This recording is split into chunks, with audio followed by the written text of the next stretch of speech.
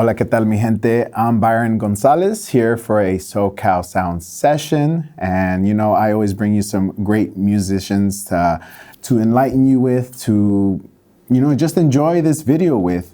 And while we have you here, please subscribe. I almost forgot about that. But today, I have an amazing singer-songwriter out of Nashville. Her name is Mari Diaz. She just played a sold-out show at the Troubadour, and she's the creator and producer, co-producer. She's produced a couple songs on this album. It's called Weird Faith.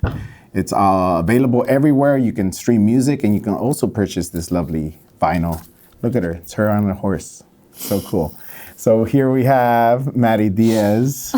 Un gusto de tenerte aquí. Such a pleasure to have you here. Thank you. Thank you for having me. Yeah, it's awesome.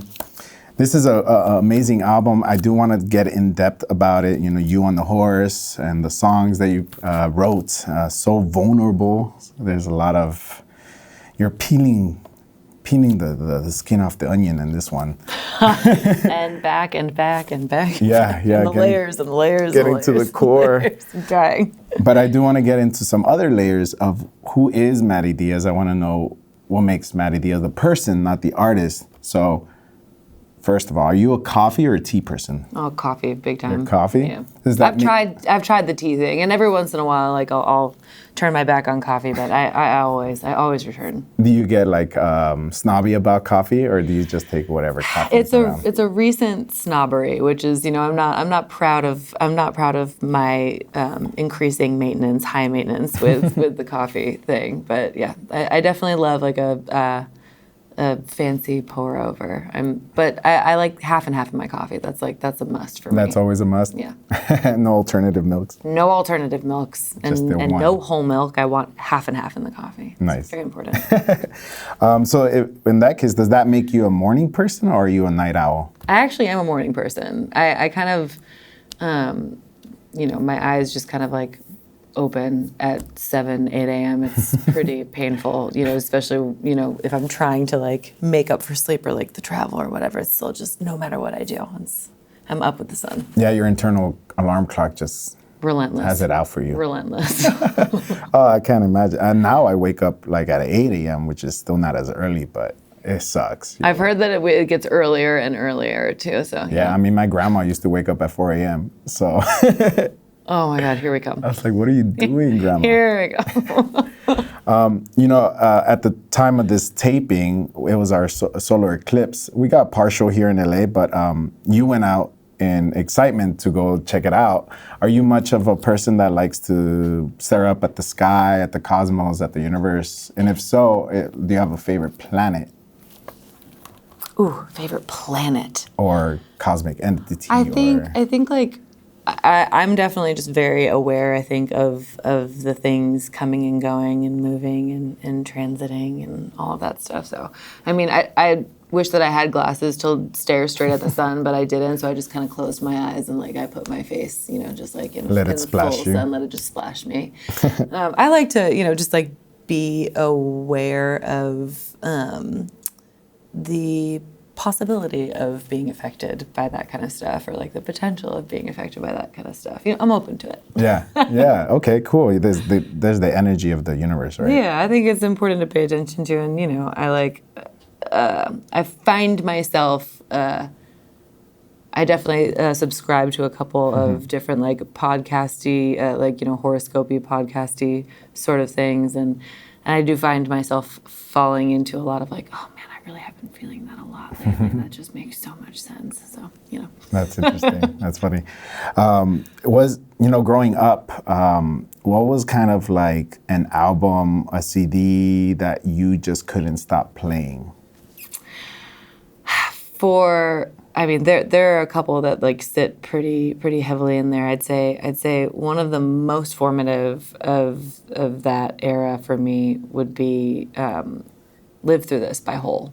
Like just top to bottom, cool. Just like one of the best records I've ever heard. It was that one was really big for me, and then there was a Shania Twain record called "The Woman in Me" that I feel very similarly about, where it's just like there's just no skips, and every song is just like gut-wrenching and just a pouring, you know, like, and it's so funny because I feel like they're emotionally intense and like very different directions. You know what I mean? Like like the whole record is a bit like, you know, high intensity, like sometimes middle fingery, but Yeah, you know, like, but just a lot of attitude. a lot of attitude and just emotional. And then you know, the Shania Twain record, Man in Me, is like same thing though, like just high potency, like very, very emotional and very like pouring your heart out and like an offering, you know.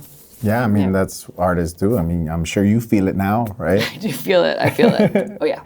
That's your intent feel it. behind the album, behind songs that you put out. You're like, here's how I feel. Yeah. Yep. Right. Yeah. It's full circle for you now. Full circle. That's awesome. And circle and circle and circle. It's nonstop. Non-stop It's circle. more We're like circling. this, more like infinity. Circling the block. What was one of the first concerts you ever attended to when you were little, or whatever age you were? One of the first like actual indoor concerts that I've ever been to was with my dad. I think I was like 13 or 14, and we went and saw Tool play Oh, wow. at the Hammerstein Ballroom in New York. And I had braces. I had like turquoise braces, and I was like wearing my combat boots, and I was like, and like my dad was like, he had me by the shoulders, and I was just like standing at the edge of a mosh pit. Like I was just That's like cool. so excited, and it was just like, oh my God, the energy in those shows was just absolutely, I mean, just wild. Totally wild. Yeah, that's awesome. So fun. It's the first one, and combat boots too. Oh yeah. I mean, Just like in I had to have case. the outfit, you know? Yeah, just in case someone got close to you, you could just kick Can't them. just like throw down, obviously, like it's a 14-year-old. That's funny. Hey, your dad would have probably supported you. Oh yeah. He's like, you kicked their ass. He brought me. It would have been his fault. Growing up, or when you first started having these musical inclinations, what was like the first instrument that you ever picked up or got your hands on? Piano. A piano. Yeah, when I was like 5 or 6, my dad's a pianist. And so, you know, it was just very like, you know, I'd sit on his lap and he'd just kind of do, and then, you know, I'd put his hands on my hands and my hands on his hands. Like kind of like driving. Yeah, Yeah. yeah, exactly like that, yeah. And he'd like work the pedals because, you know, my legs couldn't reach. And That's funny. So then how did that transition into you getting a guitar? What made you want to get a guitar rather than continuing on in your father's footsteps? yeah. I mean, piano's always been around. I think like, and music has always been around. Like both of my parents are just like big music lovers, and both of my parents are very like diverse in their like genre loves. It was kind of like a little bit of everything. But I started on piano, and then just kind of like, you know, 12 or 13 hit, and I was like looking for something a little bit more portable, and like maybe a little bit like cooler back in that era of, it was like 2000. You know what I mean? It's like it was like Third Eye Blind was so cool. Like and Hole was so cool, and like, you know, all of these like punk bands like Bikini Kill and like L7 and like Liz Phair L7. and like you know what I mean, like all these like fucking like badass like women were just like strumming these guitars, and I was like, God, I really want to do that. I have to do that. That's So awesome. It switched at some point for me around like 13, 14, and like I remember just like my dad saying like, you're not gonna get calluses unless you practice a lot. Like you have to practice a lot. And so I would like just practice until like my fingers bled, and I mean like you can't get anything out of these fingers. They're bloodless. They're gone. Yeah, that's cool. Wow, I can't. You see, that's why I never got into music. I cannot practice. The practicing is, oh man. I mean, so I'm so tough on myself. You know what I mean? Like I've gotten better in my age, but I was so tough on myself then. So I just would practice until it was just like I knew I had it. Meticulous. Yeah, meticulous. Wow. Well, now I got to know Mati Diaz. You got to know Mati Diaz as a person. Now let's find out who Mati Diaz is as a writer, as a person who created Weird Faith. But first, let's get into a song. Yeah, let's do it. What song you want to play first?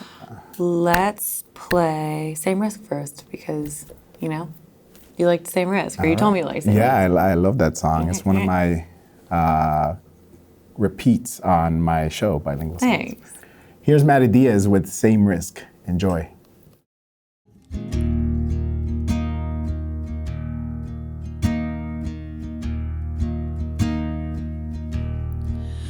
What the fuck do you want? 'Cause I'll give you all that I've got. I'll let you clean out my closet and I'll let you try on all of my dirty thoughts. If you lay in my bed, I know we're gonna have sex. It'll happen so fast, make a suicide pact, and you can't take that back. Do you think this could ruin your life?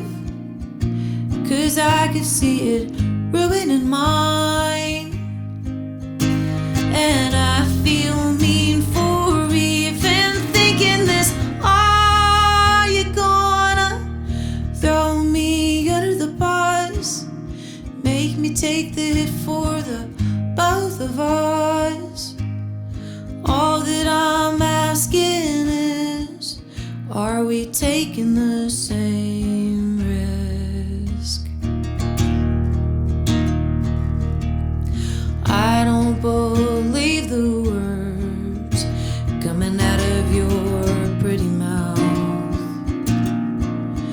I let you come in, now the call is coming from inside of the house. You can't tell which one of us is lying. Hurts like love, feels good like crying. Do you think this could ruin your life? 'Cause I could see it ruining mine. And I feel mean for even thinking this. Are you gonna throw me under the bus? Make me take the hit for the both of us. All that I'm asking is, are we taking the same risk? 'Cause I'm standing here naked, saying you could have it all, and it's all out on the table. And I'm feeling unstable. Will you catch me if I fall? Yeah. Fall. Do you think this could ruin your life? 'Cause I could see it ruining mine. All that I'm asking is, yeah, I'm still making sure we're taking the same risk.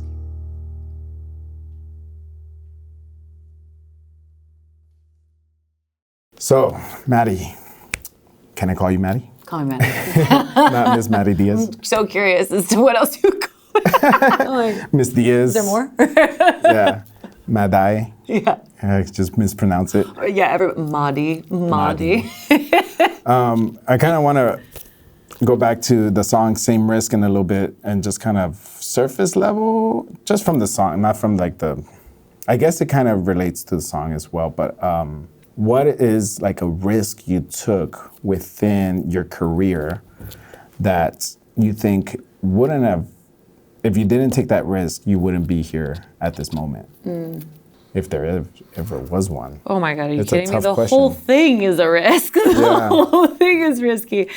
You know, I think there have been a couple of moments, where I absolutely could have stopped, and I just didn't. And I'm really grateful that I didn't, and I'm proud of myself for not, and I'm really grateful that, you know, songs have always just been a part of like how I digest stuff going on in my life, like process things going on in my world.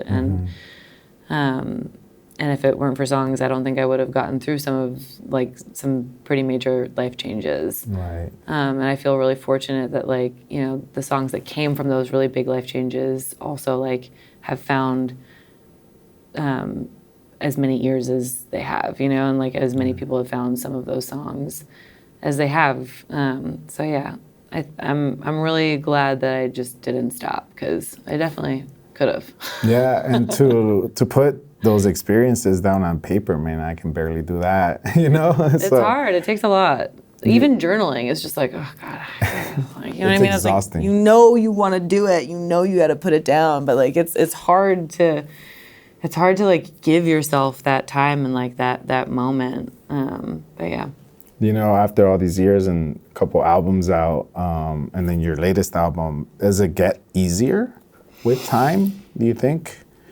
I think some things get easier, I think some things become more reflexive than they were before. It's like I journal a lot now, which is weird. Like I actually never journaled, like ever, 10 years ago, and oh God, like every couple of months you would see a page, or like if there was something crazy going down, you would see like, many pages for like a week at a time, like a and then it novel. would go away for a year. You know what I mean? Like, Interesting.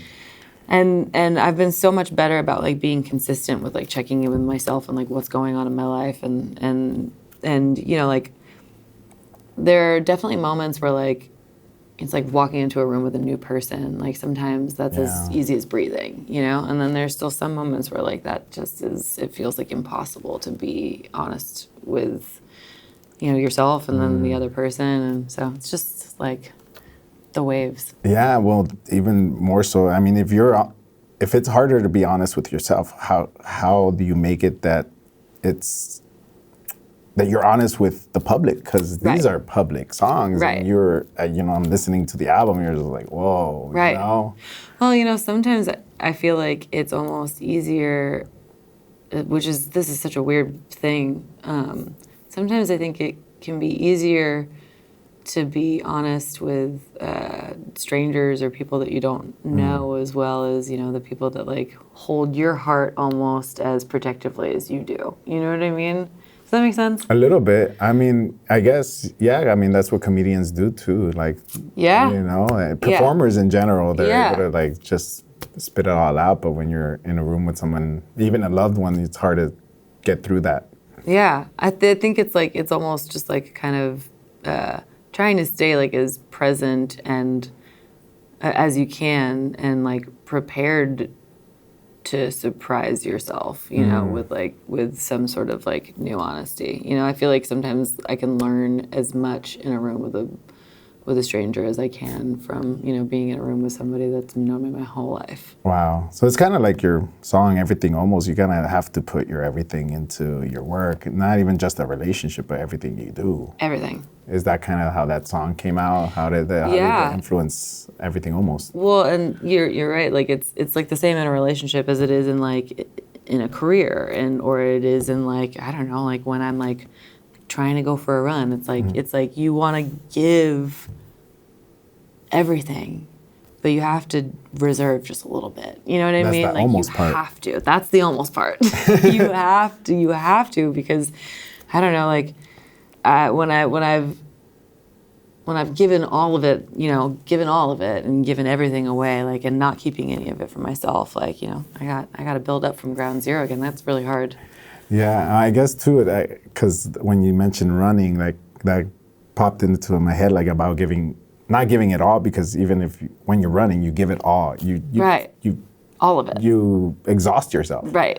So I guess, you can't give it yourself all. Right, exactly. It's like in that like emotional whatever exploration. Like it's like if you give it all up, I mean, I don't know.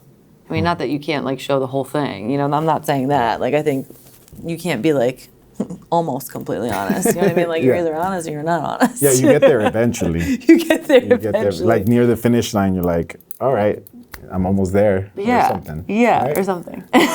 We're getting there. We're getting there. We got to make a podcast to figure it out. We're circling the block. We're almost there. We're almost there. That's a great transition into this one. I know that you were going to play Everything Almost. You want to get into it? Let's do it. Let's go in there. Here's Matty Diaz with Everything Almost. Remember, it's off of Weird Faith. Is there something I can say? I know Or is this me being painfully, eternally hopeful? Oh God, you have no idea what you're doing, but I do. On the 9th of May I wrote it down. I found a journal when I was moving into your house. Big love, those were the words. It was gonna be big love. Is it gonna be okay if you keep some things just for you and I keep some things just for me? Is it okay if we give each other almost everything? Everything, everything, almost everything, everything, almost. I had a dream there was a baby inside of me, one hand on my belly, the other one pointing, ordering you around the house like a bitch, and you just laughing and taking it. And then I think about my parents, and what if they're not here to see it? I don't think that I could handle it, don't wanna start believing it, so I completely avoid it. Is it gonna be okay if we really do this? Build a family, build a life. Dad always used to say that you can have everything, but not all at the same time. Everything, almost everything, everything, almost, almost everything, almost everything, everything, almost, almost. We've got it, baby. We've got it, everything. We've got it, baby. We've got it, everything, almost. You just created this album, Weird Faith, Maddie. I want to give this to you and then tell me the first word, first sentence, whatever comes to mind when you hold your album.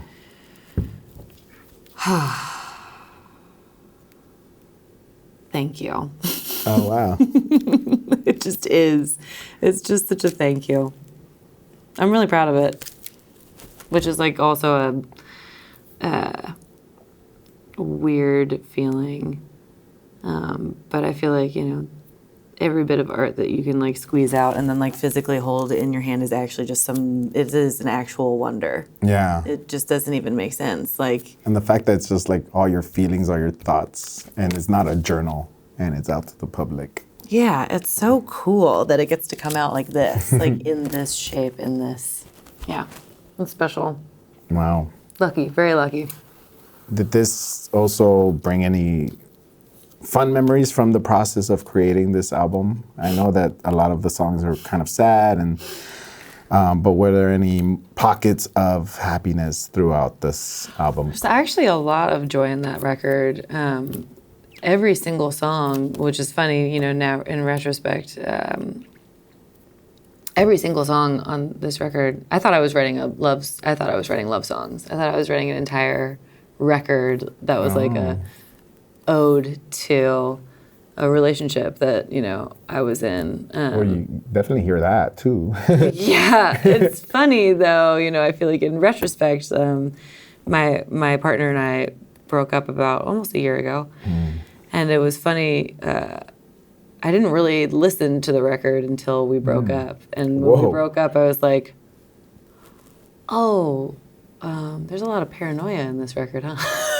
There's a lot of a lot of uncertainty. There's a lot of uncertainty. You looking forward. Yeah, and I think I think in that process of, in the process of my last relationship, and I'm so grateful for this relationship. I think I like discovered so many parts of myself, like so much desire in like a sort of like future, a future in partnership that I didn't know that like was a desire for me. And I think, like desire like changes like depending on who you're pointing it at, right?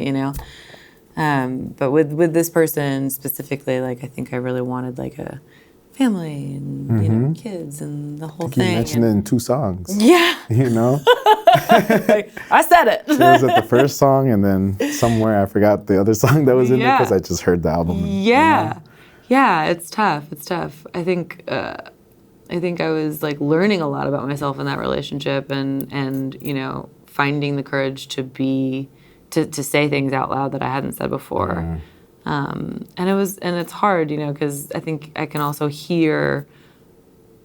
Obviously, like the songs are written from my perspective, and so you're only getting the one side. Yeah, and it's interesting, in the aftermath of that relationship, like how much of that it feels isolated in that singular perspective. Interesting. Yeah, it's a lot to unpack there. Yeah. Now he's gonna go make an album, or your ex. Bring it. Let's go. Like this Maddie Diaz universe. Like, I would love to hear you figure out how to say it. Let's do this. That's hilarious. Your turn. Yeah. Now right? you go. Now you go. Let's see how hard I work. There you go. Pass the baton. Yeah, that's right. Take it. After doing a couple interviews, I'm sure you've had a couple interviews regarding the album. Is there something new that you've learned now, hearing back to the album, talking about the album? Is there a new revelation that has come to you about the album? I think, even in touring this record for the last 6 weeks and continuing to carry some of these songs forward, I think Weird Faith has really exposed itself to me, even down to the song specifically. When I was writing the record, I was really in a place of like experiencing so many good things, happening in my life, really as a result of like so much, like the hard work of the record that came before that. And I hadn't experienced, success is such a weird word. And because I don't really actually even feel like quite like I don't feel like successful yet. Like when do you ever arrive? You know what I mean? Like when do we ever get to the place? We're not sure. I think so. I mean, you have a vinyl. I have a vinyl, which is very, super success. That is a success in itself. But I think like even with that, it's like the constant trust fall of like believing in yourself and like believing that like that like your single human experience is like important, just as important as anybody else's is. And like, I think like when I was writing Weird Faith, I was really trying to find like language to wrap around like why I should have the audacity or like the nerve to believe in myself again, like the audacity. Right, like the audacity, like the nerve, like how could she possibly, but I was really trying to justify believing in myself. And I feel like a lot of these songs are like kind of born of like the mantras that I was finding when I was, like encouraging myself and saying like, yeah, it's okay. You can believe that like you're good at what you do and that you have something worth saying. Well, if anything, to your sold out show at the Troubadour says anything, yes, it's true. Baby steps. Feelings are true. Baby steps. Still relearning how to believe every day. It don't do you good if you don't believe in yourself. That's right. Nice. You like that? I like that. And so let's get into the last song of the session. This one you created with Kacey Musgraves. Yep. Or was this one that when you invite an artist to a song, or at least Kacey Musgraves, did you already have set lyrics for her to sing, or did she come? I did, I wrote the song. I wrote Don't Do Me Good with, her name is Amy Wadge. She is an incredible writer out of the UK. She lives somewhere over there. And, you know, we were kind of just talking about relationships and, you know, like even like the industry and like career and like why do we keep choosing things that are so difficult or like, you know, that like can become like, it's this like fine line of like it's good, but it hurts, but it's good, but I think it's good for me, but it hurts. Or like, you know, relationships are hard and they're hard work and like they take work. And so, you know, so we were talking a lot about that and then Don't Do Be Good came about. And as I was making the record, it was this moment in the record where I was just like, oh God, I know that I don't feel this, I can't feel this feeling by myself, you know? And Casey and I have talked a lot about, you know, we've talked life up and down a lot. So That's cool. yeah, it felt like a good song for the two of us to share. That's wonderful. Well, let's get into it. Yeah, let's do it. Here's Don't Do Me Good, and sorry Casey Musgraves couldn't be here, but Maddie Diaz just does just a fabulous job. I try to do it almost as good. Just as good. No, equally.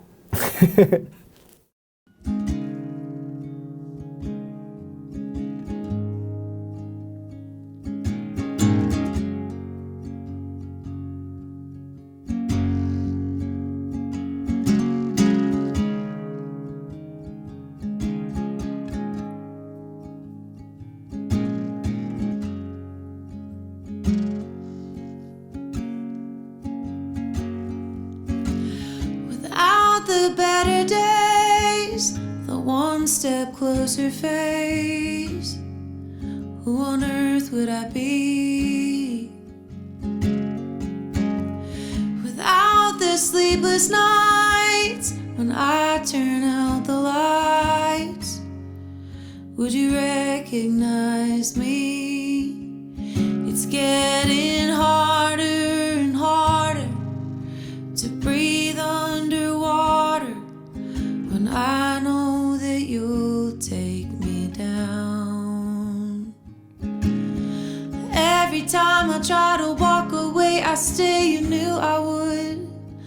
I know loving you, it don't do me good. And every time I wake up crying, I'm denying what I should. I know loving you, it don't do me good. It don't do me good. It don't do me good. It don't do me good.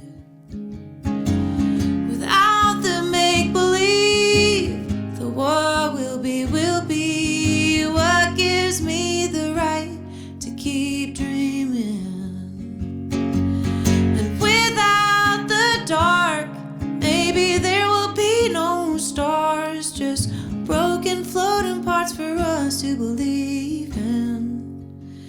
It's getting harder and harder to act like I'm smarter and tell you I know something I don't.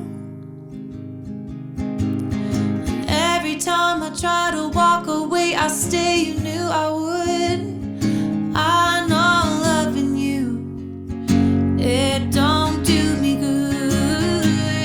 And every time I wake up crying, I'm denying what I should.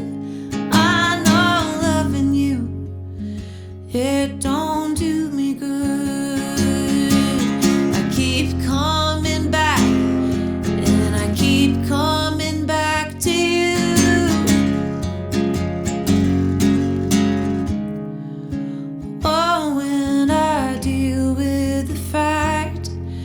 You won't give it back like I do.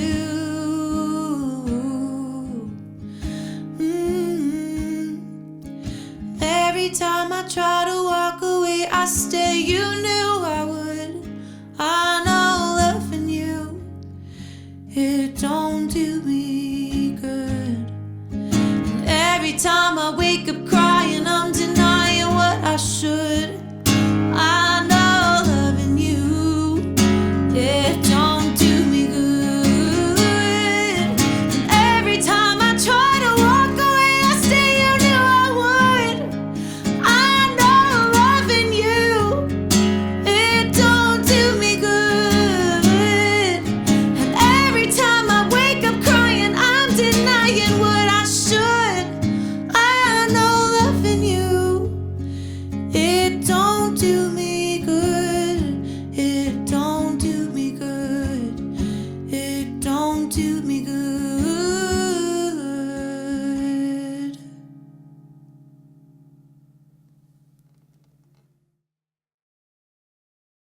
Maddie, it was such a pleasure to have you here talk about Weird Faith and your work and your thoughts. And we got to know Maddie the person and Maddie the artist. But what's ahead for you after this? I know that not materialistic is the wrong word, but just work-wise, you have Jimmy Kimmel. Yep. Jimmy Kimmel. Yep. Tomorrow night at the time of this taping, she's going to perform at Jimmy Kimmel. But after that, what's ahead? Are you constantly writing songs? Are you taking a break? Are you going to go on more tours? What's ahead for you? I'm actually leaving on April 24th to fly to Europe to open a bunch of shows for Casey Musgraves. Oh, there you go. Yeah, we start in the UK, and then we kind of like do some stuff in Europe, and then we finish in the UK, and then, you know, just like some festival stuff this summer, and hoping to find some good home time at some point to do a little bit more like writing. But plenty of journaling should be done, you know, between now and then. Yeah, maybe one of those will be a song. Yeah, just maybe Does one. that happen? Oh yeah, all the time. Okay. That's why, I mean, it's one of the reasons that I've been like, oh, right, journaling. Right. Oh my God, Songwriting. it's right there, and then the song is there. So yeah. Oh, that's cool. Well, I wish you luck. Thank you again for paying us a visit, talking with me. And yeah, I wish you luck with that Europe tour and your next album that might be on its way, like just from the journaling. And you know, the next never time know. maybe in Spanish. Who knows? Who knows? Haz uno en español. Un poquito. Te digo. That's great. She is Peruvian, by the way. Little fun fact. She's a Latina. Pues un gusto de tenerte aquí. Thank you so much again. Muchas gracias. Again, Maddie Diaz, Weird Faith. Go purchase the vinyl if you really enjoy the album. Otherwise, it's streamable on all platforms. And yeah, follow her on Instagram and all the social medias. And hit subscribe. Don't forget to hit subscribe. Thank you so much for watching.